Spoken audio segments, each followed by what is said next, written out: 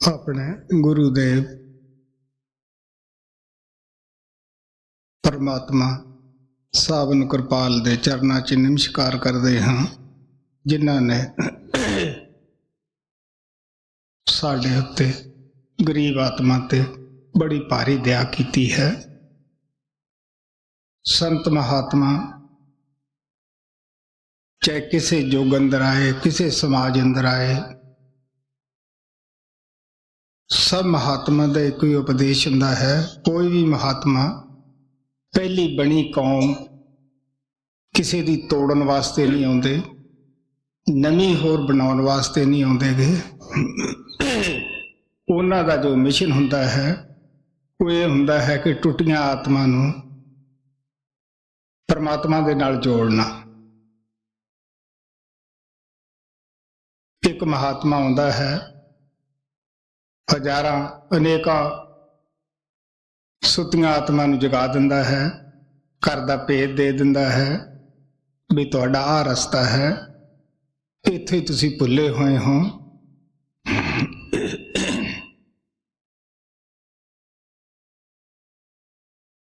गुरु नानक देव आए, 10 गुरु आए, कबीर साहब आए, रविदास, नामदेव जी महाराज आए,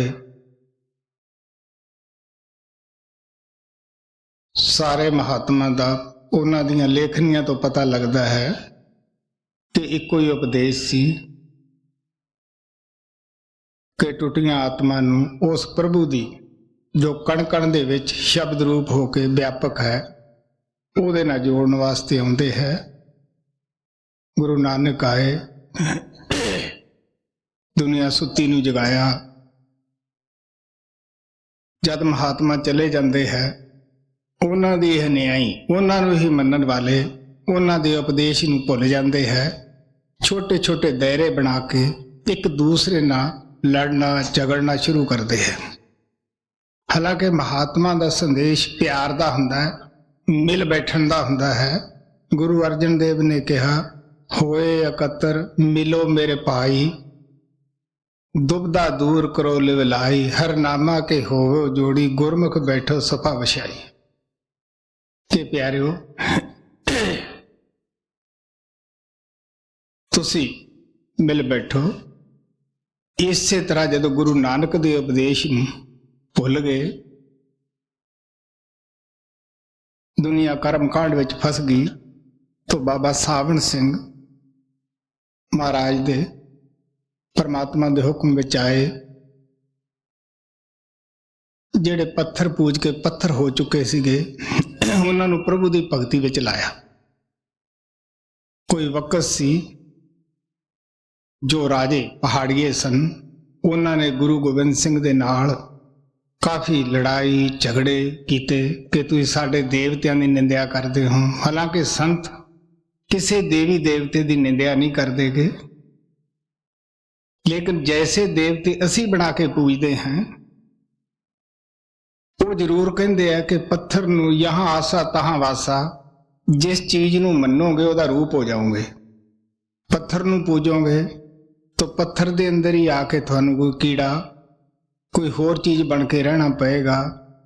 कबीर साहब ने भी कहा कि उसे पत्थर दा वो देवता बनाया हुंदा है और उसे पत्थर दे उत्ते असीं पैर रख के उसनूं खड़ रहे हुंदे हैं। जे वो पत्थर देवता है तो दूसरा भी देवता ही हो सकता है, उस दे उत्ते क्यों पैर धरदे हैं। तो कबीर साहब ने भी बाहरले रीति रिवाज नूं हटा के अंदर प्रभु दे नाल जोड़िया। तो महाराज सावण सिंह ने भी दुनिया के जीवां नूं आके शब्द नाम का होका दिता, दुनिया नूं समझाया कि देखो बई 10 गुरुआं दी बाणी की कहंदी है। वो कहंदे है, जिसका ग्रह तिस दिया ताला। ये शरीर नूं बनाने वाला वो परमात्मा है। गुरु रामदास जी महाराज ने कहा, 5 तत्तां दा शरीर वो परमात्मा ने बनाया, ਸਾਇੰਸਦਾਨਾਂ ਨੇ ਬੜੀ ਤਰੱਕੀ ਕੀਤੀ ਅੱਜ ਦੇ ਜ਼ਮਾਨੇ 'ਚ, ਲੇਕਿਨ ਨਾ ਤਾਂ ਕੋਈ 6 ਤੱਤ ਦਾ ਇਨਸਾਨ ਬਣਾ ਕੇ ਤੋਰ ਸਕਿਆ ਹੈ, ਨਾ ਕੋਈ 4 ਤੱਤ ਦਾ, ਔਰ ਨਾ ਕੋਈ ਤੱਤਾਂ ਨੂੰ ਇਕੱਠੇ ਕਰ ਸਕਦਾ ਹੈ। ਅੱਗ ਦੀ ਦੁਸ਼ਮਣ ਪਾਣੀ ਹੈ, ਪਾਣੀ ਦਾ ਦੁਸ਼ਮਣ ਪ੍ਰਿਥਵੀ ਹੈ, ਆਪਦੇ ਵਿੱਚ ਸਮਾ ਜਾਂਦੀ ਹੈ। ਤੋ ਸਾਰੇ ਤੱਤ ਕਿਸੇ ਤਰ੍ਹਾਂ ਮਿਲ ਕੇ 5 ਤੱਤਾਂ ਦਾ ਪੁਤਲਾ ਇਨਸਾਨ ਦੌੜਿਆ ਫਿਰਦਾ ਹੈ। ਜਦ ਸ਼ਬਦ ਦੀ ਕਿਰਨ ਇਸ ਦੇ ਵਿੱਚ ਉਹ ਪਰਮਾਤਮਾ ਰੱਖਦਾ ਹੈ, ਇਹ ਵਿਰੋਧੀ ਤੱਤ ਇੱਕ ਹੋ ਕੇ ਹੀ ਕੰਮ ਕਰਦੇ ਹੈ। ਜਦ ਉਹ ਪਰਮਾਤਮਾ ਆਪਦੀ ਤਾਕਤ ਉਹ ਸ਼ਬਦ ਇਹਦੇ ਵਿੱਚ ਉਠਾ ਲੈਂਦਾ ਹੈ, ਜਿਸ ਸਰੀਰ ਦਾ ਸਾਰੇ ਮਾਨ ਕਰਦੇ ਹੈ, ਉਹਦੀ ਕੋਈ ਕੌਡੀ ਦੇਣ ਵਾਸਤੇ ਤਿਆਰ ਨਹੀਂ ਹੁੰਦਾ। ਜਿਸ ਤਰ੍ਹਾਂ ਇੱਕ ਇੰਜਣ ਹੈ, ਬਾਡੀ ਹੈ, ਜਦ ਤੱਕ ਉਸ ਦੇ ਅੰਦਰ ਕਰੰਟ ਹੈ, ਤਾਕਤ ਹੈ ਉਸ ਨੂੰ ਹਰਕਤ ਕਰਨ ਵਾਲੀ, ਉਤਨਾ ਚਿਰ ਉਸ ਦਾ ਮੁੱਲ ਹੈ ਔਰ ਉਹ ਚੰਗਾ ਲੱਗਦਾ ਹੈ। ਮਾਲਕ ਉਸ ਦੀ ਰੋਜ਼ ਹੀ ਸਫਾਈ ਕਰਦਾ ਹੈ। ਜਦ ਉਹ ਕਰੰਟ, ਉਹ ਸ਼ਕਤੀ ਜੋ ਉਸ ਨੂੰ ਹਰਕਤ ਵਿੱਚ ਲਿਆਉਣ ਵਾਲੀ ਹੈ, ਉਹ ਖਤਮ ਹੋ ਜਾਂਦੀ ਹੈ, ਉਹ ਬੇਕਾਰ ਹੋ ਜਾਂਦਾ ਹੈ। ਅਸੀਂ ਕਹਿੰਦੇ ਇਸ ਨੂੰ ਕੁਆੜ ਵਿੱਚ ਦੇ ਦਿਓ। ਇਹੀ ਹਾਲਤ ਇਨਸਾਨ ਦੀ ਹੈ। ਜਿੰਨਾ ਚਿਰ ਸ਼ਬਦ ਦੀ ਕਿਰਨ ਇਸ ਦੇ ਅੰਦਰ ਹੈ, ਨਾਮ ਹੈ, ਉਹ ਪ੍ਰਭੂ ਪਰਮਾਤਮਾ ਇਸ ਦੇ ਅੰਦਰ ਬਿਰਾਜਮਾਨ ਹੈ, ਉਤਨਾ ਚਿਰ ਅਸੀਂ ਦੌੜੇ ਫਿਰਦੇ ਹਾਂ। ਸਾਡੇ ਯਾਰ ਦੋਸਤ, ਭੈਣ ਭਰਾ, ਸਾਡੇ ਸਾਰੇ ਹੀ ਸਾਡੇ ਨਾਲ ਪਿਆਰ ਕਰਦੇ ਹੈ। ਜਦ ਉਹ ਆਪਦੀ ਕਿਰਨ ਉਠਾ ਲੈਂਦਾ ਹੈ, ਅੱਖਾਂ ਮੌਜੂਦ ਹੁੰਦੀਆਂ ਹਨ ਲੇਕਿਨ ਹਰਕਤ ਵਿੱਚ ਨਹੀਂ ਆਉਂਦੀਆਂ, ਦੇਖ ਨਹੀਂ ਸਕਦੀਆਂ। ਅੰਗ ਵੀ ਮੌਜੂਦ ਹੈ, ਉਹ ਹਿਲ ਨਹੀਂ ਸਕਦੇਗੇ। ਜ਼ਬਾਨ ਇਸੇ ਤਰ੍ਹਾਂ ਮੌਜੂਦ ਹੁੰਦੀ ਹੈ ਲੇਕਿਨ ਉਹ ਬਾਤ ਨਹੀਂ ਕਰ ਸਕਦੀਗੇ। ਤੋ ਸੰਤ ਸਾਨੂੰ ਪਿਆਰ ਨਾਲ ਸਮਝਾਉਂਦੇ ਹੈ ਕਿ ਦੇਖੋ ਵੀ, ਜਿਸ ਪਰਮਾਤਮਾ ਨੇ ਤੁਹਾਨੂੰ ਸਾਰਿਆਂ ਨਾਲੋਂ ਉੱਤਮ ਜਾਮਾ ਇਨਸਾਨ ਦਾ ਦਿੱਤਾ ਹੈ, ਇਹਦੇ ਵਿੱਚ ਤੁਸੀਂ ਆਪ ਦਾ ਫਰਜ਼ ਪਛਾਣੋ। ਇਨਸਾਨ ਦਾ ਜਾਮਾ ਕਾਹਦੇ ਵਾਸਤੇ ਦਿੱਤਾ ਹੈ? ਆਪਦੀ ਭਗਤੀ ਵਾਸਤੇ, ਉਹਨੇ ਆਪਦੇ ਮਿਲਾਪ ਵਾਸਤੇ। ਪੁੱਤਰ ਧੀਆਂ ਸਾਨੂੰ ਹਰ ਜਾਮੇ ਵਿੱਚ ਮਿਲਦੇ ਆਏ ਹੈ। ਐਸ਼ੋ ਇਸ਼ਰਤ, ਦੁੱਖ ਸੁੱਖ ਅਸੀਂ ਪਹਿਲਾਂ ਵੀ ਹਰੇਕ ਜਾਮੇ 'ਚ ਭੋਗਦੇ ਆਉਂਦੇ ਹਾਂ। ਅੱਜ ਇਨਸਾਨ ਦੇ ਜਾਮੇ ਵਿੱਚ ਬੈਠ ਕੇ ਵੀ ਅਸੀਂ ਸਾਰਾ ਕੁਝ ਹੀ ਭੁਗਤ ਰਹੇ ਹਾਂ। ਕਦੇ ਬਿਮਾਰੀ ਦਾ ਹਿਸਾਬ ਕਿਤਾਬ ਦੇ ਰਹੇ ਹਾਂ, ਕਦੇ ਬੇਰੁਜ਼ਗਾਰੀ ਦਾ, ਕਦੇ ਬਚਪਨੇ ਦਾ, ਕਦੇ ਬੁਢਾਪੇ ਦਾ, ਕਦੇ ਨਰਾਦਰੀ ਦਾ ਔਰ ਕਦੇ ਸਵਾਗਤ ਦਾ। ਇਹ ਰਸ ਸਾਰੇ ਅਸੀਂ ਮਾਣ ਜਾਂਦੇ ਹਾਂ। ਤਾਂ ਦੂਜੇ ਜਾਮਿਆਂ ਨੂੰ ਉਹ ਵੀ ਕੁੱਤੇ ਹੈ ਜਿਹੜੇ ਕਾਰਾਂ 'ਚ ਸਫ਼ਰ ਕਰਦੇ, ਅੱਛੇ ਮਕਾਨਾਂ ਵਿੱਚ ਰਹਿੰਦੇ ਹੈ। ਉਹ ਵੀ ਕੁੱਤੇ ਹੈ ਜਿਹੜੇ ਸੜਕਾਂ ਦੇ ਉੱਪਰ ਖਾਣ ਨੂੰ ਜਿਨ੍ਹਾਂ ਨੂੰ ਮੈਲਾ ਨਹੀਂ ਮਿਲਦਾ ਗਾ। ਤਾਂ ਸੰਤ ਆ ਕੇ ਦੱਸਦੇ ਆ ਕਿ ਪਿਆਰਿਓ, ਤੁਹਾਨੂੰ ਕੀਮਤੀ ਤੋਹਫੇ ਵਜੋਂ ਉਸ ਪਰਮਾਤਮਾ ਨੇ ਇਨਸਾਨ ਦਾ ਜਾਮਾ ਦਿੱਤਾ ਹੈ। ਇਹਦੇ ਵਿੱਚ ਕਿ ਤੁਸੀਂ ਕੀ ਕਰੋ, ਜਿਹੜਾ ਹੋਰ ਜੂਨਾਂ 'ਚ ਤੁਸੀਂ ਕੰਮ ਨਹੀਂ ਕਰ ਸਕਦੇਗੇ, ਪਰਮਾਤਮਾ ਨਾਲ ਮਿਲਾਪ ਉਹ ਇਨਸਾਨ ਦੇ ਜਾਮੇ ਵਿੱਚ ਕਰ ਸਕਦੇ ਹੋ। ਹੁਣ ਇੱਥੇ ਆ ਕੇ ਅਸੀਂ ਸਾਰੇ ਲੋਕ ਭੁੱਲ ਜਾਂਦੇ ਆ ਆਪਣੇ ਫਰਜ਼ ਨੂੰ। ਮਹਾਤਮਾ ਆਉਂਦੇ ਫਿਰ ਉਹ ਫਰਜ਼ ਯਾਦ ਕਰਾਉਂਦੇ ਹੈ। ਹੁਣ ਸਵਾਲ ਪੈਦਾ ਹੁੰਦਾ ਹੈ ਕਿ ਉਹ ਪਰਮਾਤਮਾ ਸਾਡੇ ਵਿੱਚ ਹੈ ਜ਼ਰੂਰ, ਪਰ ਸਾਨੂੰ ਉਹ ਦਿਸਦਾ ਨਹੀਂ, ਅਸੀਂ ਉਸ ਨੂੰ ਮਿਲ ਨਹੀਂ ਸਕਦੇ। ਹੁਣ ਬਗੈਰ ਉਸ ਦੇ ਮਿਲਿਆ ਸਾਡਾ ਜਿਹੜਾ ਜੀਵਨ ਹੈ, ਜੰਮਣ ਮਰਨ ਹੈ, ਉਹ ਸਾਡਾ ਮੁੱਕ ਨਹੀਂ ਸਕਦਾਗਾ। ਤੋ ਸੰਤ ਕਹਿੰਦੇ ਆ ਕਿ ਉਹ ਪਰਮਾਤਮਾ ਕਿਤੇ ਦੂਰ ਨਹੀਂ। ਜਿਸ ਪਰਮਾਤਮਾ ਨੇ ਦੇਹ ਬਣਾਈ ਹੈ, ਗੁਰੂ ਸਾਹਿਬ ਕਹਿੰਦੇ ਜਿਸ ਕਾ ਗ੍ਰਹਿ, ਜਿਸ ਨੇ ਇਹ ਦੇਹ ਬਣਾਈ ਹੈ, ਤਿਸ ਦਿਆ ਤਾਲਾ,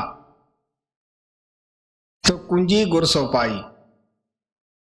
ਉਹ ਕਹਿਣ ਲੱਗੇ ਕੁੰਜੀ ਉਸ ਨੇ ਰੂਹਾਨੀਅਤ ਦੀ ਜੋ ਹੈ ਉਹ ਆਪਦੇ ਪਿਆਰਿਆਂ ਬੱਚਿਆਂ ਦੇ ਹੱਥ ਵਿੱਚ ਦੇ ਦਿੱਤੀ ਹੈ।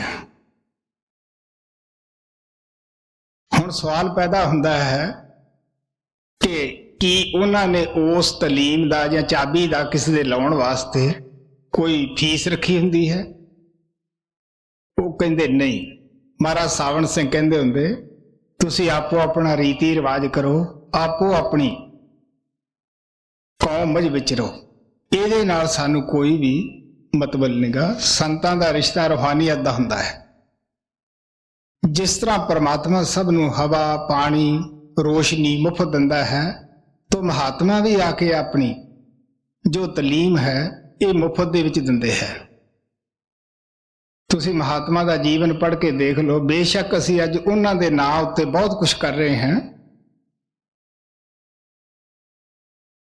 ਗੁਰੂ ਨਾਨਕ ਨੇ ਖੇਤੀ ਕੀਤੀ, ਕਰਤਾਰਪੁਰ ਗਾਉਂ ਬੇਦੀਆਂ ਅਜੇ ਮੌਜੂਦ ਹੈ, ਉਸ ਅੰਦਰ ਖੇਤੀ ਕਰੀ, ਆਪਣੀ ਪਰਵਿਸ਼ ਕੀਤੀ ਔਰ ਸਾਧ ਸੰਗਤ ਦੀ ਸੇਵਾ ਕੀਤੀ, ਬਲਕਿ ਆਪਣੀ ਕਮਾਈ ਚੋਂ ਲੰਗਰ 'ਚ ਵੀ ਪਾਉਂਦੇ ਰਹੇ।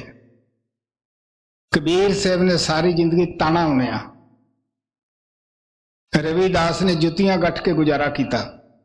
ਹਾਲਾਂਕਿ ਰਾਜੇ ਮਹਾਰਾਜੇ ਉਹਨਾਂ ਦੇ ਸੇਵਕ ਸਨ, ਉਹਨਾਂ ਨੂੰ ਮਹੱਲਾਂ 'ਚ ਵੀ ਰੱਖ ਸਕਦੇ ਸਨ। ਰਵੀਦਾਸ ਦੀ ਹਿਸਟਰੀ ਵਿੱਚ ਆਉਂਦਾ ਹੈ, ਜਦ ਮੇਰਠਾਂ ਦੀ ਰਾਣੀ ਉਹਨਾਂ ਦੀ ਸੇਵਕਾ ਬਣੀ, ਉਹ ਹੁਣ ਮਹੱਲਾਂ ਦੇ ਰਹਿਣ ਵਾਲੀ ਸੀ ਤੇ ਰਵੀਦਾਸ ਕੋਲੇ ਝੌਂਪੜੀ ਸੀ। ਕਿਸੇ ਨੇ ਤਾਨਾ ਮਾਰਿਆ ਕਿ ਗੁਰੂ ਤਾਂ ਇਹਦਾ ਝੌਂਪੜੀ 'ਚ ਰਹਿੰਦਾ ਹੈ, ਆ ਮਹੱਲਾਂ 'ਚ ਬੈਠੀ ਹੈ। ਸਾਨੂੰ ਪਤਾ ਹੈ ਕਿ ਆਪਣੇ ਗੁਰੂ ਦੇਵਦਾਸ ਤਾਨਾ ਸੁਣਨਾ ਬੜਾ ਔਖਾ ਹੋ ਜਾਂਦਾ ਹੈ, ਅਸੀਂ ਆਪਦੀ ਨਿੰਦਿਆ ਸੁਣ ਲੈਂਦੇ ਹਾਂ। ਉਹਨੂੰ ਬੜਾ ਕਸ਼ਟ ਹੋਇਆ ਜਦ ਉਹ ਦਰਸ਼ਨਾਂ ਨੂੰ ਫੇਰ ਕਿਤੇ ਸਤਸੰਗ ਤੇ ਗਈ। ਉਹਨਾਂ ਨੇ ਕਿਹਾ, ਮਹਾਰਾਜ ਜੀ, ਇੱਕ ਉਹਨਾਂ ਨੇ ਬੜਾ ਕੀਮਤੀ ਲਾਲ ਦਿੱਤਾ ਕਿ ਆਹ ਤੁਸੀਂ ਵੇਚ ਕੇ ਅੱਛੀ ਜ਼ਿੰਦਗੀ ਜੀਓ, ਅੱਛੇ ਮਕਾਨ ਬਣਾ ਲਓ। ਉਹ ਕਹਿਣ ਲੱਗੇ, ਦੇਖ ਬੇਟੀ, ਮੈਨੂੰ ਜੋ ਕੁਝ ਵੀ ਮਿਲਿਆ ਹੈ ਉਹ ਆ ਜੁੱਤੀਆਂ ਦੀ ਗੱਠ ਦੇ ਵਿੱਚੋਂ ਹੀ ਮਿਲਿਆ ਹੈ। ਜੇ ਤੈਨੂੰ ਲੋਕ ਤਾਨਾ ਮਾਰਦੇ ਹੈ, ਤੂੰ ਅੰਦਰ ਬੈਠ ਕੇ ਭਜਨ ਕਰ ਲਿਆ ਕਰ।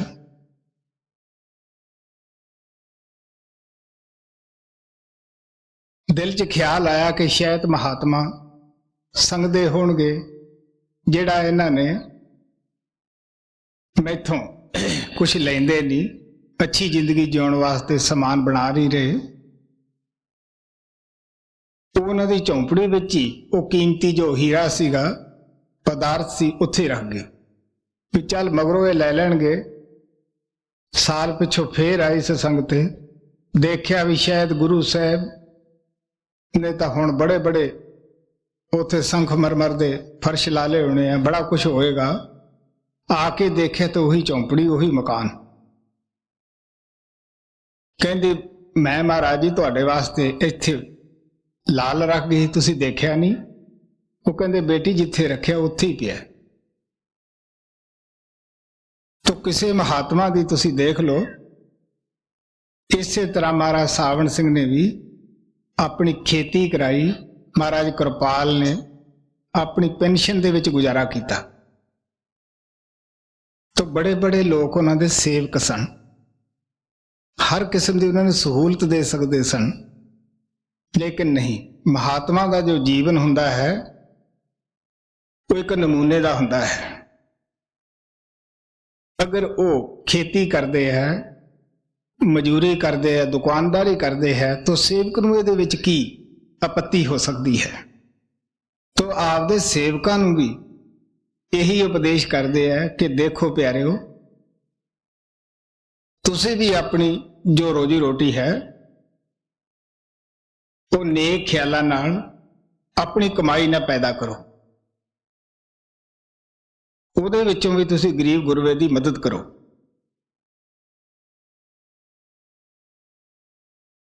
ਇਹ ਉਹਨਾਂ ਦਾ ਉਪਦੇਸ਼ ਹੁੰਦਾ ਹੈ ਸੰਤਾਂ ਮਹਾਤਮਾ ਦਾ। ਤਾਂ ਤੁਹਾਡੇ ਅੱਗੇ ਸਹਿਜੋ ਬਾਈ ਦਾ ਸ਼ਬਦ ਰੱਖਿਆ ਜਾਂਦਾ ਹੈ, ਗੌਰ ਨਾਲ ਸੁਣਨ ਵਾਲਾ ਹੈ।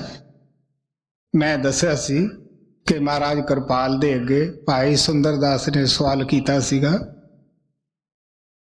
ਕਿ ਜੀ ਕੀ ਸੰਤ ਮਤ ਦੇ ਅੰਦਰ ਔਰਤ ਔਰ ਮਰਦ ਦਾ ਕੋਈ ਫਰਕ ਹੈ ਜਾਂ ਇੱਕ ਜੈਸੀ ਹੀ ਤਰੱਕੀ ਕਰ ਸਕਦੇ ਹੈ? ਉਹਨਾਂ ਨੇ ਕਿਹਾ ਨਹੀਂ, ਤਰੱਕੀ ਦਾ ਅਵਸਰ ਸਭ ਨੂੰ ਹੈ। ਉਸੇ ਤਰੀਕੇ ਨਾਲ ਇੱਕ ਔਰਤ ਦਾ ਜਨਮ ਹੁੰਦਾ, ਉਸੇ ਨਾਲ ਇੱਕ ਮਰਦ ਦਾ ਹੁੰਦਾ ਹੈ। ਖੂਨ ਪਸੀਨਾ ਵੀ ਇੱਕੇ ਤਰ੍ਹਾਂ ਹੀ ਆਉਂਦਾ ਹੈ। ਔਰਤ ਦੀ ਨਿੰਦਿਆ ਕਰਨੀ ਮਹਾਪਾਪ ਹੈ। ਗੁਰੂ ਨਾਨਕ ਨੇ ਵੀ ਕਿਹਾ, ਜਿੱਥੋਂ ਰਿਖੀ ਮੁਨੀ ਪੈਦਾ ਹੁੰਦੇ ਹੈ, ਪਸ਼ੂ ਪੰਛੀ ਇਨਸਾਨ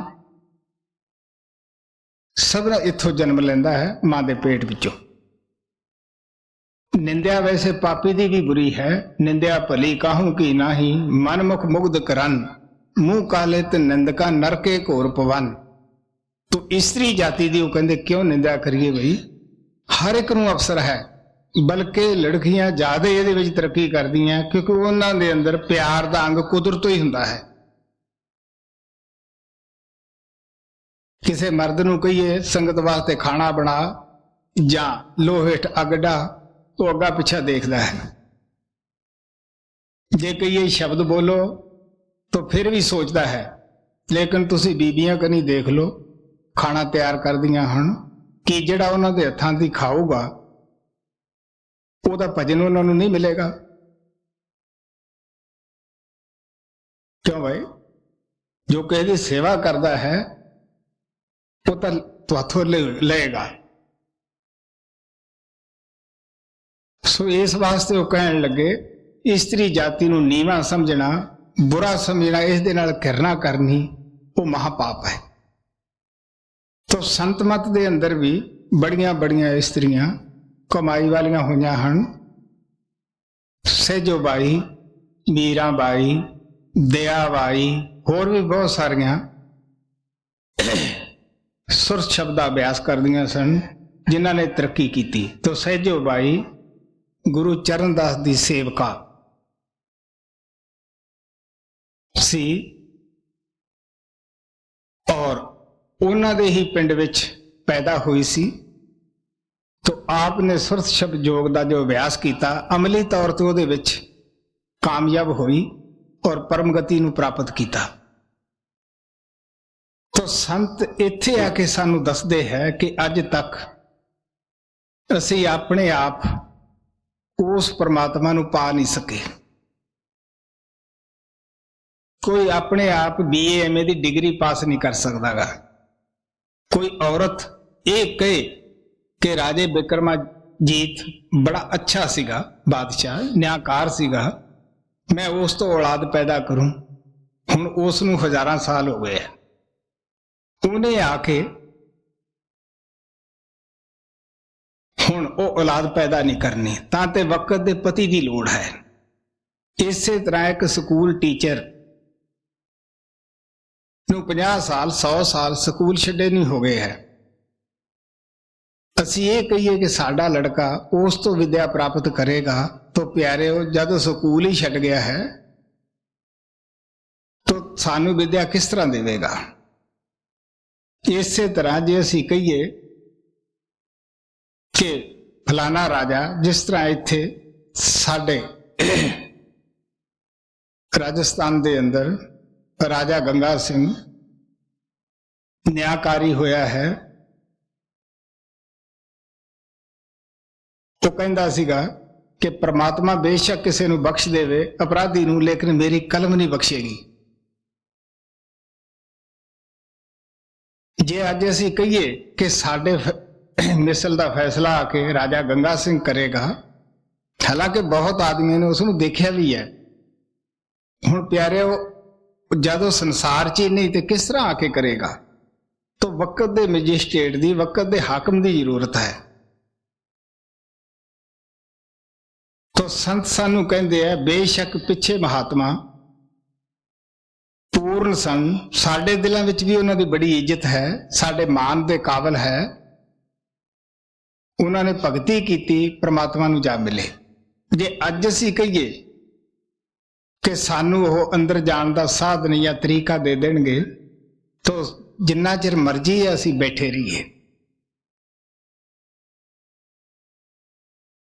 ਤਾਂ ਵਕਤ ਦੇ ਹੀ ਕਿਸੇ ਮਹਾਤਮਾ ਦੀ ਲੋੜ ਹੈ ਜੋ ਸਾਨੂੰ ਅੰਦਰ ਜਾਣ ਦੇ ਵਿੱਚ ਮਦਦ ਕਰੇ। ऐसे महात्मा दो कदे देश खाली नहीं रहिंदागा, बल्कि कबीर साहब गुरु नानक के टाइम च ही होए, दादू साहब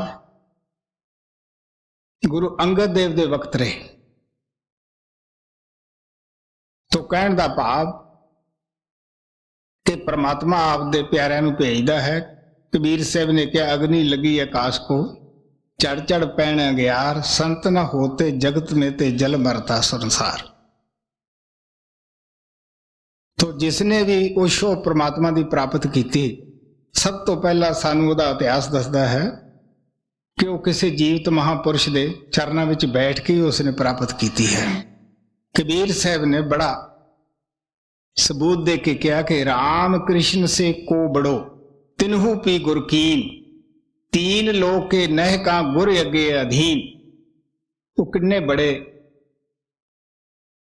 सन, पर तरलोकी दे मालिक सन, फिर भी कृष्ण भगवान सारी जिंदगी अपने गुरु दे दुर्भाषा का आदर करते रहे। विशेष जी का आदर श्री रामचंद्र जी महाराज करते रहे। तो कबीर साहब कहते हैं जद एडे एडे वड्डे अपना पर्दा नहीं ला सके तो असी किस तरह ला सकांगे।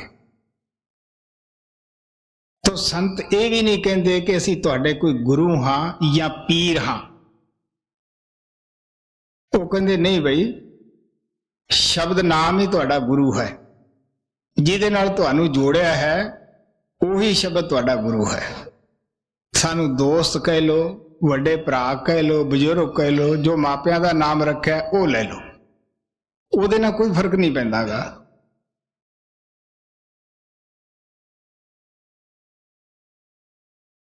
सो इस वास्ते सहजो बाई चरणदास की सिक्ख्या प्राप्त करके आप भी गुरु रूप होई, शब्द रूप होई, आप अपना तजर्बा बयान कर दी है जी। सहजो बाई का सहज प्रकाश हरि ते गुरु की विशेषता पन्ना 3। हारे कृपा जो होए तो नाही होए तो नाए, पै गुरु कृपा दया बिन सकल बुद्ध बह जाए। आप कहने लगी कि मैनू की दी जरूरत है, गुरु दी दया दी। क्यों गुरु दी दया दी जरूरत है कि गुरु ना मिलदा तो मैं हरि या भगवान दा मैनू की पता सीगा कि वो कित्थे है। जे असी ये समझ लीए कि परमात्मा साडे अंदर है तो असी कोई ठगी या बेईमानी करिए ही ना। बाहर कोई साड़ी दुकान दे उत्ते बैठा होवे, भावें 5 साल का बच्चा होवे, 10 साल का बच्चा होवे, असी उत्थे पेंशन चक्कण की भी हिम्मत नहीं करते गे, कोई कापी चक्कण की हिम्मत नहीं करते गे। असी कहने हैं कि इंसान का बच्चा देखता है। एक छोटे जे इंसान तो डर लगता है, जो परमात्मा करन कारण साडे अंदर है, असी उहदे अंदर हुंदियां होया कदे डरे हैं? किहड़ी ठगी या बेईमानी करन दी नहीं सोचदे गे। तो 5 साल के बच्चे जिन्ना सानू डर नहीं, वो परमात्मा दा क्यों नहीं बई, असी उहनूं देखिया नहीं। बिन देखे को कैसे ध्यान, जब देखे नहीं तो डर कादा है।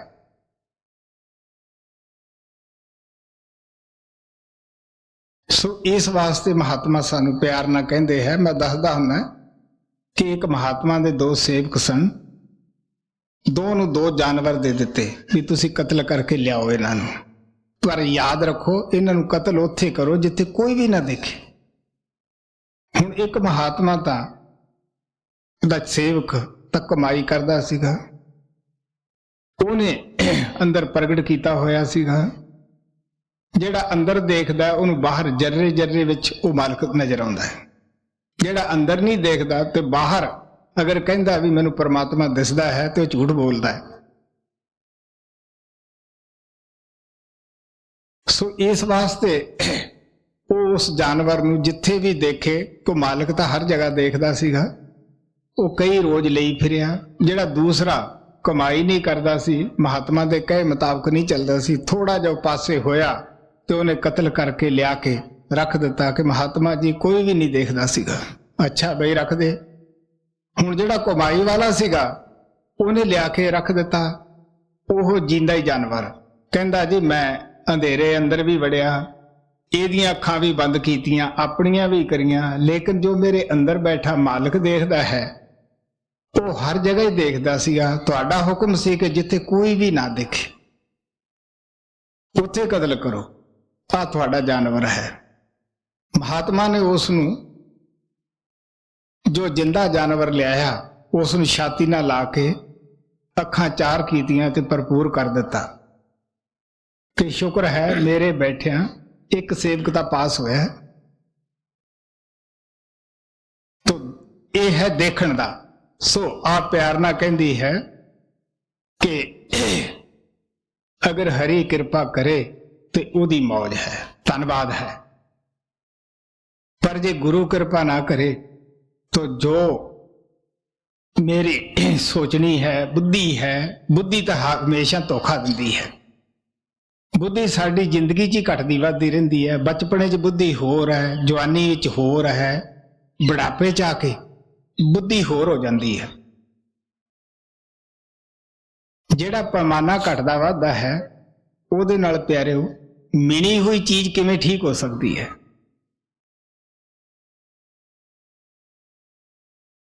ਸੋ ਕਿਹਦੀ ਲੋੜ ਹੈ? ਜਿਹਨੇ ਉਸ ਪਰਮਾਤਮਾ ਦੇ ਨਾਲ ਮਿਲਾ ਦਿੱਤਾ ਜੀ। ਰਾਮ ਤਜੂ ਪੈ ਗੁਰੂ ਨ ਬਿਸਾਰੂ, ਗੁਰੂ ਕੇ ਸਮ ਹਰੀ ਕੂਨਾ ਨਿਹਾਰੂ। ਹਰੀ ਨੇ ਜਨਮ ਦਿਓ जग माही, गुरु ने आवा गवन चोटाई। हुण आप सुनी सुनाई गल नहीं करती। ये नहीं कि परमात्मा नूं नीवा दिखाउंदी है, आपदे गुरु देव नूं उच्चा दसदी है। नहीं प्यारिओ, तजर्बा दसदी है कि हरि ने मैनूं संसार विच भेजिया। ਇਹ ਜਿਹੜਾ ਸੰਸਾਰ ਆਪਾਂ ਅੱਖਾਂ ਨਾਲ ਦੇਖਦੇ ਹਾਂ ਇਹ ਮੌਤ ਔਰ ਪੈਦਾਇਸ਼ ਦਾ ਹੈ। ਅੱਜ ਪੈਦਾਇਸ਼ ਹੈ ਘਰ ਵਿੱਚ, ਅਸੀਂ ਵਾਜੇ ਵਜਾਉਂਦੇ ਹਾਂ, ਖੁਸ਼ੀਆਂ ਕਰਦੇ ਹਾਂ। ਉਸੇ ਘਰ 'ਚ ਜਦ ਮੌਤ ਹੁੰਦੀ ਹੈ ਤੇ ਉਹ ਘਰ ਵਾਲਿਆਂ ਨੂੰ ਪੁੱਛੋ ਕੀ ਬੀਤਦੀ ਹੈ। ਲੜਕਾ ਗੱਭਰੂ ਹੈ, ਸ਼ਾਦੀ ਕੀਤੀ ਹੋਈ ਹੈ, ਅਗਰ ਮਾਲਕ ਵਾਪਸ ਬੁਲਾ ਲਵੇ ਤੇ ਉਹਨਾਂ ਨੂੰ ਰਾਤ ਨੂੰ ਨੀਂਦ ਨਹੀਂ ਆਉਂਦੀ। ਜਿਨ੍ਹਾਂ ਦੇ ਬੱਚੇ ਗੱਭਰੂ ਮਰ ਜਾਂਦੇ ਹੈ, ਤੁਸੀਂ ਪੁੱਛੋ ਉਹਨਾਂ ਨੂੰ ਵੀ ਕੀ ਬੀਤਦੀ ਹੈ।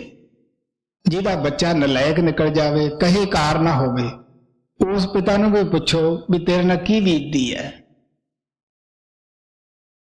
ਇਹ ਮੌਤ ਪੈਦਾਇਸ਼ ਦਾ ਦੁੱਖਾਂ ਦੀ ਨਗਰੀ ਹੈ, ਰੋਗਾਂ ਦੀ ਨਗਰੀ ਹੈ। ਗੁਰੂ ਨਾਨਕ ਕਹਿੰਦੇ ਹੈ ਸੰਸਾਰ ਰੋਗੀ, ਨਾਮ ਦਾਰੂ ਮੈਲ ਲੱਗੇ ਸੱਚ ਬਿਨਾ। ਸਾਨੂੰ ਰੋਗ ਦੀ ਨਗਰੀ ਵਿੱਚ ਕਰਮਾਂ ਦਾ ਭੁਗਤਾਨ ਕਰਨ ਵਾਸਤੇ ਕਹਿੰਦੇ ਹਰੀ ਨੇ ਭੇਜ ਦਿੱਤਾ ਤੇ ਗੁਰੂ ਨੇ ਕੱਟੀ ਮਮਤਾ ਬੇੜੀ। ਕਿਉਂ ਬਈ? ਕੌਣ ਸੀਗਾ ਜਿਹਨੇ ਦੱਸਿਆ ਕਿ ਦੇਖ ਪਿਆਰਿਆ, ਇਹ ਤਾਂ ਤੂੰ ਕਰਮਾਂ ਦੀ ਕੈਦ ਵਿੱਚ ਹੈ, ਬੰਧਨ ਵਿੱਚ ਹੈ। ਪਹਿਲੇ ਬੰਧਨ ਪੜਿਆ ਦੇਹ ਕਾ। ਸਵਾਮੀ ਜੀ ਕਹਿੰਦੇ ਹੈ ਪਹਿਲਾ ਤੇਰੀ ਦੇਹ ਦਾ ਬੰਧਨ ਹੈ, ਇਹਦੇ ਵਿੱਚ ਕੈਦ ਹੋਇਆ। 9 ਮਹੀਨੇ ਮਾਂ ਦੇ ਪੇਟ ਵਿੱਚ ਕੈਦ ਰਿਹਾ। ਉੱਥੇ ਕੀ ਹਾਲਤ ਸੀ? ਲੱਤਾਂ ਉੱਪਰ ਸਨ, ਪੈਰ ਨੀਚੇ ਸੀ। ਪਲ ਪਲ ਅਰਦਾਸ ਕਰਦਾ ਸੀ ਕਿ ਹੇ ਪ੍ਰਮਾਤਮਾ, ਇੱਥੋਂ ਅੰਧੇਰ ਕੋਹੜੀ ਚੋਂ ਕੱਢ, ਮੈਂ ਤੈਨੂੰ ਜ਼ਰੂਰ ਯਾਦ ਕਰੂੰਗਾ। ਗੁਰੂ ਨਾਨਕ ਨੇ ਕਿਹਾ ਮੁਖ ਤਲਾ ਪੈਰ ਉਪੜੇ, ਵਸੰਦਾ ਕੋ ਹਤੜੇ ਥਾਓ, ਨਾਨਕ ਸੋ ਧਣੀ ਵਿਸਾਰਿਆ ਉਧਰਿਆ ਜਿਸ ਦਾ ਨਾਮ। ਉਹ ਪਿਆਰਿਆ ਮੁਖ ਨੀਚੇ ਸੀਗਾ, ਤੰਗ ਜਗ੍ਹਾ ਸੀ, ਗਲੀਜ ਜਗ੍ਹਾ ਸੀ। 2 ਮਿੰਟ ਕੋਈ ਪੁੱਠਾ ਕਰਕੇ ਦੇਖੋ ਬਈ ਸਾਡੇ ਨਾਲ ਕੀ ਬੀਤਦੀ ਹੈ। ਤੇ ਉੱਥੇ ਕਿੰਨੇ ਮਹੀਨੇ ਪਿਆ ਰਹਿੰਦਾ ਹੈ। ਤੇ ਬਾਹਰ ਜਦੋਂ ਆਉਨੇ ਹੈ ਅਸੀਂ ਸੋਚਦੇ ਹਾਂ ਬਈ ਨਾ ਅਸੀਂ ਤਾਂ ਸ਼ਾਇਦ ਇਸੇ ਤਰ੍ਹਾਂ ਹੀ ਸ਼ਰਾਬਾਂ ਕਬਾਬਾਂ ਪੀਣ ਵਾਸਤੇ ਐਸ਼ੋ ਇਸ਼ਰਤਾਂ ਵਾਸਤੇ ਆਏ ਹੈ, ਅਸੀਂ ਕਿਹੜਾ ਫੇਰ ਜਾਣਾ ਹੈ। ਨਾਨਕ ਕਹਿੰਦੇ ਉਹਨੂੰ ਕਿਉਂ ਵਸਾਰ ਦਿੱਤਾ, ਤੈਨੂੰ ਫੇਰ ਉੱਥੇ ਜਾਣਾ ਪਏਗਾ ਜੀ। ਹਰੀ ਨੇ ਜਨਮ ਦਿਓ ਜਗ ਮਾਹੀ, ਗੁਰੂ ਨੇ ਆਵਾ ਗਵਨ ਛੁਟਾਈ। ਸੰਤ ਆ ਕੇ ਕੀ ਕਰਦੇ ਹੈ ਕਿ ਦੇਖ ਪਿਆਰਿਆ, ਦੁਨੀਆ ਨੂੰ ਛੱਡ ਨਹੀਂ, ਮਤਾ ਇਹ ਖਿਆਲ ਹੋਵੇ ਕਿ ਦੁਨੀਆ ਨੂੰ ਛੱਡ ਕੇ ਜੰਗਲਾਂ ਪਹਾੜਾਂ 'ਚ ਚਲੇ ਜਾਈਏ। ਜੰਗਲਾਂ 'ਚ ਜਾਵਾਂਗੇ, ਖੁਆਇਸ਼ਾਂ ਸਾਥ ਹੀ ਚਲੀਆਂ ਜਾਣਗੀਆਂ। ਉੱਥੇ ਵੀ ਕੁੱਲੀ ਜੁੱਲੀ ਸਭ ਕਾਹੇ ਦੀ ਜ਼ਰੂਰਤ ਪੈਂਦੀ ਹੈ। ਗਰਮੀ ਸਰਦੀ ਵਾਸਤੇ ਮਕਾਨ ਵੀ ਚਾਹੀਦਾ ਹੈ। ਫੇਰ ਉੱਥੇ ਅਸੀਂ ਦੇਖਦੇ ਹਾਂ ਹੀਰਖਾ ਉਹਨਾਂ ਵਿੱਚ ਵੀ ਹੁੰਦੀ ਹੈ। ਇੱਕ ਦੂਸਰੇ ਨਾਲ ਹੀਰਖਾ ਕਰਦੇ ਹੈ, ਇੱਕ ਭੇਖ ਦੂਜੇ ਦੀ ਨਿੰਦਿਆ ਕਰਦਾ ਹੈ। ਕੁੰਭ ਤੇ ਜਾ ਕੇ ਦੇਖ ਲਿਆ ਕਰੋ, ਨਾਂਗੇ ਕਹਿੰਦੇ ਸਾਡੀ ਸ਼ਾਹੀ ਪਹਿਲਾਂ ਨਿਕਲੇਗੀ, ਸੰਨਿਆਸੀ ਕਹਿੰਦੇ ਸਾਡੀ ਨਿਕਲੇਗੀ। ਉਹ ਆਪਣੇ ਸ਼ਾਹੀ ਜਲੂਸ ਪਿੱਛੇ ਹੀ ਇੱਕ ਦੂਜੇ ਨਾਲ ਹੀਰਖਾ ਕਰਦੇ ਹੈ। ਕਿਉਂ ਬਈ, ਕੀ ਇਹ ਭਜਨ ਹੈ? ਮਹਾਰਾਜ ਕਿਰਪਾਲ ਕਹਿੰਦੇ ਹੁੰਦੇ ਸੀਗੇ, ਹਜ਼ਾਰਾਂ ਸਾਧ ਇੱਕ ਛੋਟੇ ਜਿਹੇ ਮਕਾਨ 'ਚ ਗੁਜ਼ਰ ਕਰ ਲੈਂਦਾ ਹੈ। ਕਿਉਂ ਬਈ, ਭਗਤੀ ਕਰਨੀ ਹੈ ਨਾ।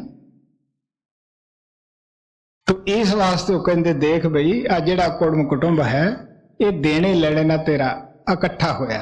ਜਿਹੜਾ ਇਹਨਾਂ ਦਾ ਦੇਣਾ ਹੈ ਉਹ ਦੇ 'ਚ ਬਹਿ ਕੇ ਦੇ, ਜਿਹੜਾ ਲੈਣਾ ਹੈ ਉਹ ਲੈ, ਨਹੀਂ ਤਾਂ ਫੇਰ ਆਉਣਾ ਪਏਗਾ। ਤੋ ਇਸ ਵਾਸਤੇ ਕਹਿਣ ਲੱਗੇ ਉਹਨੇ ਜਨਮ ਦਿੱਤਾ ਤੇ ਗੁਰੂ ਨੇ ਆਵਾ ਗਾਉਣ ਦਾ ਨਾਮ ਜਪਾ ਕੇ ਭਗਤੀ ਕਰਾ ਕੇ ਉਹ ਚੱਕਰ ਖਤਮ ਕੀਤਾ ਜੀ। ਹਰੀ ਨੇ ਜਨਮ ਦਿਓ ਜਗ ਮਾਹੀ, ਗੁਰੂ ਨੇ ਆਵਾ ਗਵਨ ਛੁਟਾਈ। ਹਰੀ ਨੇ ਪਾਂਚ ਚੋਰ ਦਿਏ ਸਾਥਾ, ਗੁਰੂ ਨੇ ਲਈ ਛੁਟਾਏ ਅਨਾਥਾ। हे हरि ने पंज चोर काम क्रोध लोभ मोह हंकार, ਇਹ ਦਿਨ ਰਾਤ ਚੰਗੇ ਵਿਦਵਾਨ ਨੂੰ ਵੀ ਸਿਆਣੇ ਤੋਂ ਸਿਆਣੇ ਨੂੰ ਵੀ ਬੰਦਰ ਦੀ ਤਰ੍ਹਾਂ ਨਚਾ ਰਹੇ ਹੈ। ਸੌਂਦੇ ਆ ਤਾਂ ਵੀ ਇਹਨਾਂ ਦੇ ਸੁਪਨੇ, ਜਾਗਦੇ ਆ ਤਾਂ ਵੀ ਇਹਨਾਂ ਦੇ ਸੁਪਨੇ। ਕਿਉਂ ਵੀ ਕੋਈ ਸੌਖਾ ਹੈ? तो गुरु ਨੂੰ दया आई, ਉਹਨੇ ਅਨਾਥ ਸਮਝ ਕੇ ਸ਼ਬਦ ਨਾਲ ਜੋੜ ਦਿੱਤਾ। ਜਿੱਥੇ ਸ਼ਬਦ ਦਾ ਰਾਜ ਹੈ ਉੱਥੇ ਇਹ ਚੀਜ਼ਾਂ ਪਰ ਨਹੀਂ ਮਾਰਦੀਆਂ ਗਈਆਂ। ਜਿੱਥੇ ਬਾਜ ਆ ਗਿਆ ਉੱਥੇ ਚਿੜੀਆਂ ਦਾ ਕੀ ਕੰਮ। ਰਿਖੀਆਂ ਮੁਨੀਆਂ ਨੇ ਬੜੀ ਕੋਸ਼ਿਸ਼ਾਂ ਕੀਤੀਆਂ, ਘਰ ਛੱਡਿਆ, ਜੰਗਲਾਂ 'ਚ ਜਾ ਬੈਠੇ, ਲੇਕਿਨ ਆਖਰ ਉਹਨਾਂ ਦਾ ਇਤਿਹਾਸ ਕੀ ਦੱਸਦਾ ਹੈ? ਸ੍ਰਿੰਗੀ ਰਿਖੀ ਦਾ ਇਤਿਹਾਸ ਪੜ੍ਹ ਕੇ ਦੇਖ ਲਓ। ਕੋ ਦਿਨਵੀ ਦੀ ਕੋਈ ਦਫਾ ਦਰਖਤ ਦੇ ਉੱਤੇ ਜੀਭ ਲਾਉਂਦਾ ਸੀਗਾ, ਤੋ ਅੰਨ ਤੱਕ ਨਹੀਂ ਖਾਂਦਾ ਸੀ, ਜੰਗਲਾਂ 'ਚ ਰਹਿੰਦਾ ਸੀ। ਤੋ ਰਾਜੇ ਦਸ਼ਰਥ ਨੂੰ ਬੱਚੇ ਦੀ ਜ਼ਰੂਰਤ ਸੀ। ਪੁੱਛਿਆ ਅਹਿਲਕਾਰਾਂ ਨੂੰ, ਉਹ ਕਹਿੰਦੇ ਜੇ ਸ੍ਰਿੰਗੀ ਰਿਖੀ ਆ ਕੇ ਜੱਗ ਕਰਾਵੇ ਤੋ ਤੁਹਾਨੂੰ ਮਿੱਠਾ ਫਲ ਮਿਲ ਸਕਦਾ ਹੈ। ਉਹਨਾਂ ਨੇ ਕਾਫੀਆਂ ਨੂੰ ਕਿਹਾ ਕਿ ਮੂੰਹੋਂ ਮੰਗਿਆ ਇਨਾਮ ਦੇਵਾਂਗਾ ਜੋ ਸ਼ਹਿਰ ਵਿੱਚ ਲਿਆਵੇ। ਤੇ ਸ੍ਰਿੰਗੀ ਰਿਖੀ ਸ਼ਹਿਰ 'ਚ ਨਹੀਂ ਆਉਂਦਾ ਸੀਗਾ।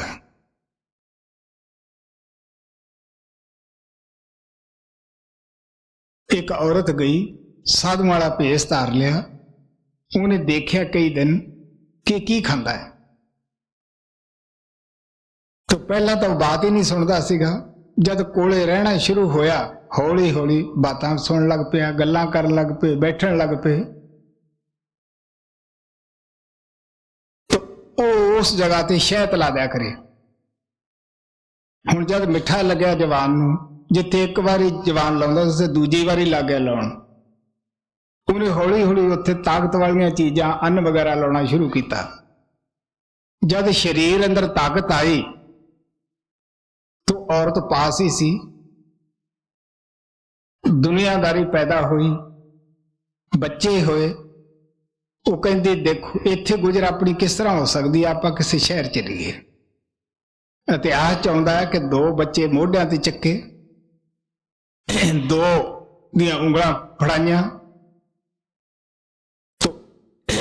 ਸ਼ਹਿਰ ਨੂੰ ਤੁਰਿਆ ਆਉਂਦਾ ਹੈ। ਜਦ ਜਗ ਕਰਾ ਰਿਹਾ ਸੀਗਾ ਉਸ ਵੇਲੇ ਕੀ ਹੋਇਆ, ਕਿਸੇ ਨੇ ਤਾਨਾ ਮਾਰਿਆ ਕਿ ਏਡਾ ਵੱਡਾ ਰਖੀ ਸੀ, ਇੰਨੀ ਦੁਨੀਆ ਦਰਸ਼ਨਾਂ ਨੂੰ ਇਕੱਠੀ ਹੋਈ ਤਾਂ ਇਹਦੀ ਆਹ ਹਾਲਤ।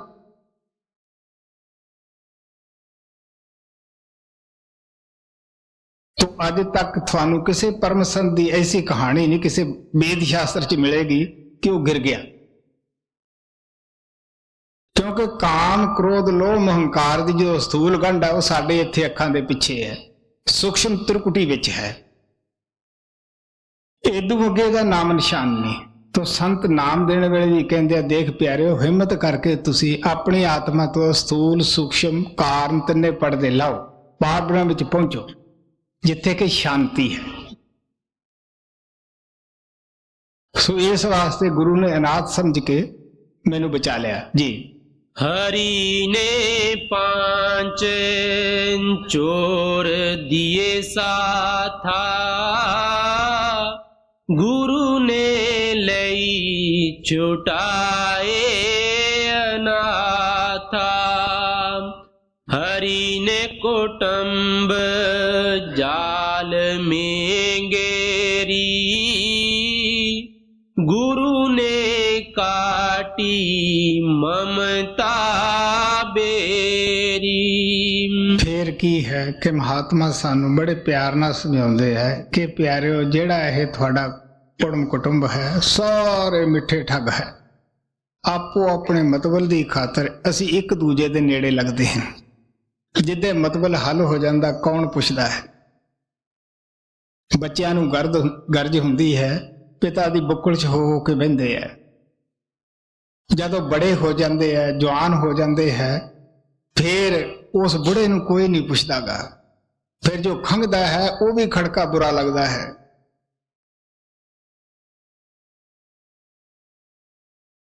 तो संत कहते हैं ये मिठे ठग थोड़े उदाले है,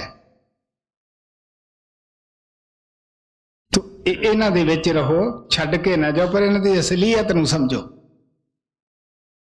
जिहड़ा तुहाडा काम है वो शब्द नाम की कमाई है, परमात्मा की भगती है। असी की करते हैं, इन्हां विच रह के इन्हां दा तो सारा दिन करते हैं, तो जिस परमात्मा दे जाके फिर असी पेश होना है वो कहने वो खड़ा वेंदा है, ਉਹਦੇ वास्ते 2 मिनट भी नहीं साडे वास्ते जी। हरि ने कुटुंब जाल में गेरी, गुरु ने काटी ममता बेरी। हरि ने रोग भोग उलझायो, गुरु जोगी कर सभे चुटायो। हरे ने कार्य में परम परमायो, गुरु ने आत्म रूप लखायो। हरि ने मोसू आप छिपायो, गुरु दीपक दे ताहे दिखायो। फिर हर बंद मुक्त गत लाए, गुरु ने सब ही परम मिटाए। चरण दास पर तन मन वारू, गुरु न तजू हर कू तज डारू। आप प्यार ना कहते है कि हरि ने कुटुंब विच गेरी, गुरु ने जोग दी जुगती दस के मैनू इस चों निकाल लिया। फिर आप प्यार ना कहती है हरि ने अपना आप छुपा के रख लिया। गुरु ने अपनी आत्मा का दान, अपनी जोत मेरे विच रख के प्रकाश कर दिता कि आ देख बई तेरा प्रीतम तेरे विच ही बैठा है। कबीर साहब कहते हैं ज्यों तिल माही तेल है, ज्यों चखमख में आग, तेरा प्रीतम तुझ में जाग सके तो जाग। वो तेरा प्यारा तेरे अंदर है। गुरु तेग बहादुर साहब कहते हैं कोहे रे बन खोजन जाई, क्यों तुसी बना विच बाहर टकरा मारते हो। सर्वनिवासी तो ही अलेपा, तो ही संग समाई। वो तो सदा ही अलेप है, वो तेरे साथ है। पोप मत जो वास वस्त है, मुकुर में जैसी शाई, फुल दे रुशनाई बाहर नहीं, ਉਹਦੇ ਵਿੱਚ ਹੀ समाई हुई है। शीशे दे रुशनाई बाहर नहीं, मुंह देखना है तो ਉਹਦੇ ਵਿੱਚੋਂ ही दिसेगा। तैसे ही हर वसे निरंतर घटे ही खोजो भाई, बाहर भीतर एको जाना ये गुर ज्ञान बताई। जन नानक बिन आपा चीने मिटे ना भरम की काई। नाम लैके रख नहीं छड़ना, कहते कमाई दी फिर लोड़ है, गुरु की दया की लोड़ है। सो इस वास्ते आप कहने लगी मैं अपने गुरुदेव दे उत्ते तन मन वारदी हां, जिन्हें मैनू कोई फीस नहीं लई, कोई मेरे ते एहसान नहीं कीतागा, तो अपनी जो जोत है वो मेरे अंदर जगा दी। उन्हें ज्ञान का दीवा अंदर जुगा दिता। संत कल सजो बाई ने दसिया सी कि किस तरह शिश की जोत बुझी हुंदी है, गुरु पास आउंदा है, वो नाम का दीवा जगा के ਉਹਦੇ अंदर रख दिंदा है। हाँ भाई। सबे पर्वत शाही करूं, कोलू समुंदर जाए, तरती का कागद करूं, गुरु अस्तुत ना समाए। आप कहने लगे मैं सारी धरती का कागज बना लवा, सारी बनस्पत की कलम बना लवा, और सब पहाड़ों की शाही बना के समुद्र विच उसनूं घोल लवा। जे फिर भी मैं कहा मैं गुरु की महिमा बयान कर दूंगी, कहती नहीं हुंदीगी। की बयान करेगा भाई? अगर कोई सच्चा साडा हितकारी है तो कौन है भाई? गुरु। मौत आउंदी है, ना मां नाल जांदी है, ना पिता, ना भैन, ना भरा, बल्कि वो तो पुछदे है भी कि धरिया धराया है वो दस या वसीयत करा दे। आही कुछ हुंदा है। ਉਹਦੀ जान नूं बनी हुंदी है, वो काला पीला हुंदा है। ਅਸੀਂ आ पुछदे हैं ਜਿਹੜਾ उस वेले आके मदद करे वो कौन है भी? गुरु नानक ने कहा सज्जन से ही आखिए जो चलदियां नाल चलन, जिथे लेखा मंगिए तिथे खड़े दसन। तो कौन है जिन्हां ने नाम दिता है, जिन्हां ने जिम्मेवारी उठाई है। महाराज सावण सिंह कहते हुंदे सी नाम लफ्ज नहीं हुंदागा, नाम जिम्मेवारी हुंदी है, तवज्जो हुंदी है, संभाल हुंदी है। अगर लफ्ज नाम हुंदा तो महात्मा नूं की लोड़ सी गुरु दे गुण गाउण दी, जां गुरु कोले जाण दी? कोई लफ्ज लेके जप लेंदे। जिस नाम जो मुक्ति दाता है वो लिखण पढ़न बोलण विच नहीं आउंदागा, वो तो बिना लिखिया कानून है, बिना बोली भाषा है। हाँ भाई। गुरु की अस्तुत कह लो की जय, बदला का गुरु को दीजै। गुरु का बदला दिया न जाई, मन में उपजत है संकोचाई।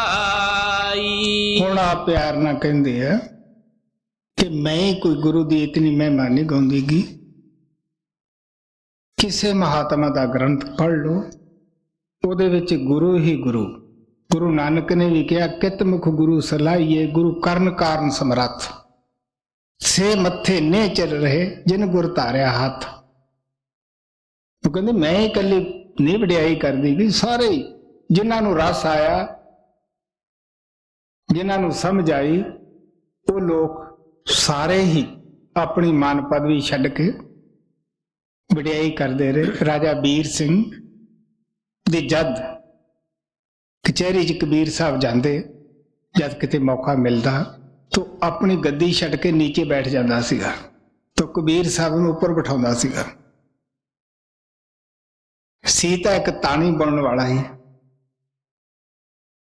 ਲੇਕਿਨ ਉਹਨੂੰ ਪਤਾ ਸੀ ਕਿ ਇਹ ਕੌਣ ਹੈ। ਕਬੀਰ ਸਾਹਿਬ ਪਹਿਲੇ ਸੰਤ ਅਵਤਾਰ ਸਨ ਜੋ ਸੰਸਾਰ ਵਿੱਚ ਆਏ। ਸੋ ਇਸ ਵਾਸਤੇ गुरु का बदला दिया न जाई, मन में उपजत है संकोचाई। ਹਮੇਸ਼ਾ ਹੀ ਦਿਲ 'ਚ ਖਿਆਲ ਆਉਂਦਾ ਹੈ ਕਿ ਮੈਂ ਆਪਣੇ ਗੁਰੂ ਦੇਵ ਦਾ ਬਦਲਾ ਚੁਕਾ ਦੇਵਾਂ। ਕਹਿੰਦੀ ਦਿੱਤਾ ਨਹੀਂ ਜਾ ਸਕਦਾ, ਕਿਉਂਕਿ ਰਾਮ ਉਹਦਾ ਆਪਣਾ ਹੈ। ਜੇ ਅਸੀਂ ਕਹੀਏ ਕਿ ਅਸੀਂ ਰਾਮ ਨੂੰ ਪਾ ਲਿਆ, ਉਹ ਕਹਿੰਦੇ ਜੀ ਉਹ ਨਾ ਦਿੰਦਾ, ਨਾ ਉਹਦੇ ਨਾਲ ਜੋੜਦਾ, ਕਿੱਥੋਂ ਪਾਉਂਦੇ ਬਈ? ਉਹਦੇ ਕੋਲ ਨਾਮ ਦਾ ਬਥੇਰਾ ਧਨ ਦਿੱਤਾ ਹੁੰਦਾ ਹੈ। ਉਹ ਸੇਵਕ ਦੀ ਆਪਣੇ ਖਰਚ ਵਾਸਤੇ ਇੱਕ ਪਾਈ ਕੌਡੀ ਤੱਕ ਨਹੀਂ ਖਰਚ ਕਰਦਾਗਾ। ਕੀ ਦੇ ਦੂਗਾ ਬਈ ਸੇਵਕ? ਸਾਡੇ ਗੁਰੂ ਦੇਵ ਬਾਬਾ ਸਾਵਣ ਸਿੰਘ ਦੇ ਅੱਗੇ ਲੋਕਾਂ ਨੇ ਬੇਨਤੀ ਕਰਨੀ, ਕੋਈ ਭੇਟ ਮਨਜ਼ੂਰ ਕਰੋ। ਉਹ ਕਹਿੰਦੇ ਹੁੰਦੇ ਸੀ ਮੇਰੀ ਜੋ ਸੇਵਾ ਹੈ ਉਹ ਭਜਨ ਸਿਮਰਨ ਨਾਲ ਲਿਆਓ ਕਰਕੇ।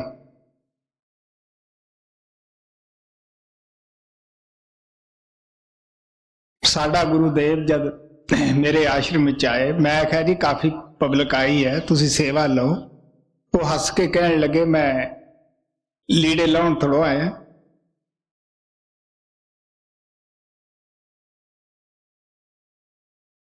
ਸੋ ਇਸ ਵਾਸਤੇ ਆਪ ਕਹਿੰਦੇ ਮੈਂ ਕੀ ਉਹਦਾ ਬਦਲਾ ਚੁਕਾ ਸਕਦੀ ਹਾਂ ਕਿ ਸਰਵਸ ਵਾਰੇ ਸਹਿਜੋ ਭਾਈ, ਮੈਂ ਆਪਣਾ ਆਪ ਸਭ ਕੁਝ ਉਸ ਤੇ ਕੁਰਬਾਨ ਕਰਦੀ ਹਾਂ ਜਿਹਨੇ ਤੇ ਮੇਰੇ ਤੇ ਆ ਕੇ ਦਇਆ ਕੀਤੀ, ਗਰੀਬ ਆਤਮਾ ਨੂੰ ਆ ਕੇ ਠਾਰਿਆ ਜੀ। गुरु का बदला दिया न जाई, मन में उपजत है सकुचाई। इन नैनन जिन राम दिखाए,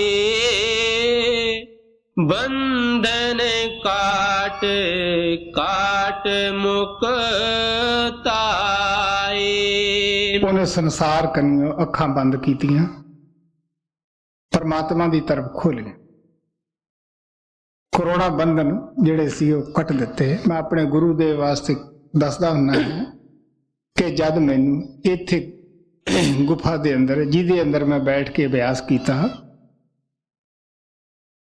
ਬਿਠਾਉਣ ਲੱਗੇ, ਕਹਿਣ ਲੱਗੇ ਦੇਖ ਬਈ मैं खुद ही आके अखा खोलूंगा, मैं खुद ही आऊंगा तो अंदर खोलनी है। ये गरीब आत्मा उन्होंने दे के रोई कि काल पिछे पड़िया है, लाज तेरे हथ विच ही है।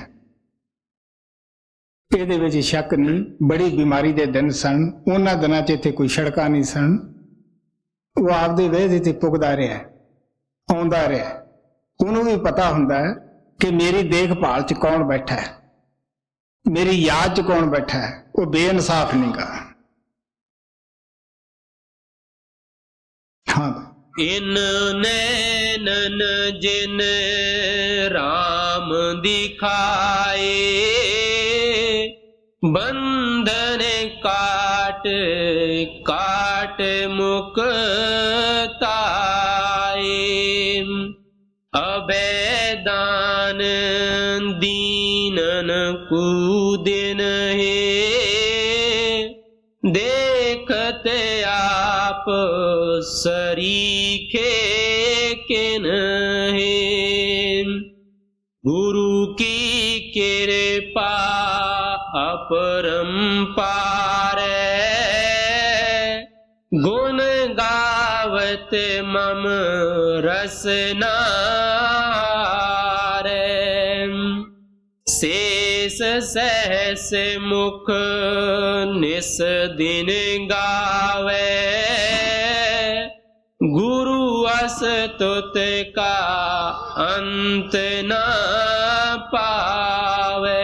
ਜੋ ਵੀ ਰਿਸ਼ੀ ਮੁਨੀ ਆਏ ਸਭ ਦੇ ਵਿੱਚ ਗੁਰੂ ਦੀ ਮਹਿਮਾ ਗਾਈ, ਲੇਕਿਨ ਆਖਰ ਇਹ ਕਿਹਾ ਕਿ ਅਸੀਂ ਉਹਦੀ ਮਹਿਮਾ ਬਿਆਨ ਨਹੀਂ ਕਰ ਸਕਦੇ, ਉਹ ਬਿਆਨ ਤੋਂ ਬਾਹਰ ਹੈ, ਉਹ ਲਾ ਬਿਆਨ ਹੈ। तो बर्मा ਦੇ 4 ਪੁੱਤਰ ਸਨ, सनक, सनंदन, संत कुमार और शेषनाग।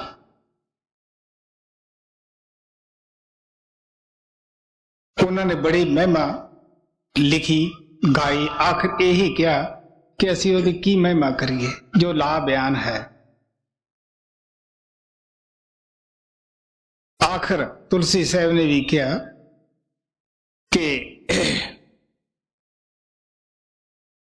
जे कोई कहे संत को चीना तुलसी हाथ कान पै दीना, वो कहना मैं कान ते हाथ धरदा है जे कोई ये कहे कि मैं समझ लिया।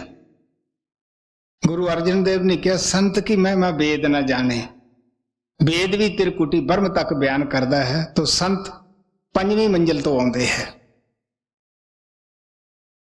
जो पहाड़ दे दामन च बैठा है वो उपरला हाल की दसेगा भाई, की ओदी महिमा करांगे। मैं तुलसी साहब दा दसदा हुंदा है कि वो आखिरी दिनां च जिंदगी दे विच उन्हां दे हेठों समटा रहिंदा, तुर फिर नहीं सकदे सी, बड़े कमजोर होए। तो उन्हां दे सेवक स्वामी जी महाराज उन्हां नूं हमेशा चुक के ले जांदे बाहर। तो एक दिन मेला लग्या सी तो स्वामी जी उन्होंने चुक के उत्थे लगे, उन्होंने दे मोढियां ते बैठे कहन लगे भी अज अगर कोई प्यार नाल मत्था टेक लेगा तो उन्होंने उपरले मंडलां दे विच जगह देवांगे। लेकिन जीव किहदे भाग लियावे, सब विचों एक वेसवा उठी, उहदे भाग जागे। अवसर उस नूं मिलिया, मत्था टेकदियां ही ज्ञान ध्यान दीयां गल्लां करन लगी, पर्दा खुल गया कि ओहो मैं किहड़े पासे जन्म ला लिया आपदा, बख्श लो। की ओहदी दया की ग्रंथां 'च लिखियां आ सकदियां हन। महात्मा दे इतिहास पढ़ के देख लो कितनी उन्हां दे अंदर दया लेके आउंदे है। इंसान ना कि पशु पंछियां नाल भी है। तो कहन लगे ये सारे गुण गाउंदे हार गए, तो मैं उहदे गुण की गा सकदी हैं जी। शेष सहस मुख निस दिन गावे गुरु असतत का अंत न पावे। मोन गहूं असतत कहाँ करऊं बार बार चरणन सिर तारूं। चरण दास महिमा अधिकाई सर्वसवार सहजो बाई।